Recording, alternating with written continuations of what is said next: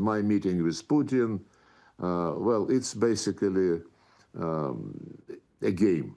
A game he is very good to play because he wants theatrics in everything he is doing.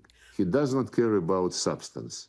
And it is not by chance that now they try, I mean, the Ukrainians and the Europeans who attended the meeting in Washington, they try to distort what was discussed in Anchorage between President Trump and President Putin regarding, in particular, the security guarantees.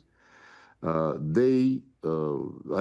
read some Bloomberg reports yesterday and today saying that the negotiations between US and Russia on security guarantees for Ukraine have been, in fact, undermined because of the demands by Moscow to include the principle of indivisible security. It's a very telling statement. Indivisible security is something which was enshrined in many documents adopted by consensus at the summits of Organization of Security and Cooperation in Europe, in particular, in Istanbul in 1999 and in Astana in 2010. This principle goes like no one can strengthen his security at the expense of security of others. No organization in the European space can pretend to dominate in military and political matters, and NATO has been doing exactly the opposite. So when we are accused that by flagging the principle of indivisible security, we are undermining the process of negotiations between US, Russia, and Ukraine, this means that the people admit that they want divisible security, that they want security built for Ukraine, which is being discussed now, but built against Russia.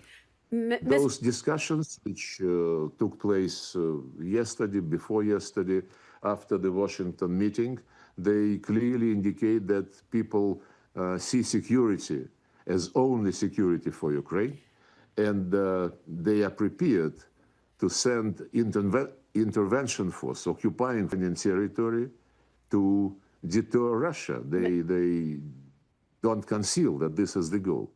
And this is not the way to handle the situation. President Putin and President Trump in Anchorage discussed the security guarantees, and President Putin recalled that in April 2022 in Istanbul, during negotiations initiated by the Ukrainian side, very soon after we started our special military operation, during those negotiations in April in 2022, Ukrainian delegation presented a draft principles to reach a treaty, to reach agreement on ending the war.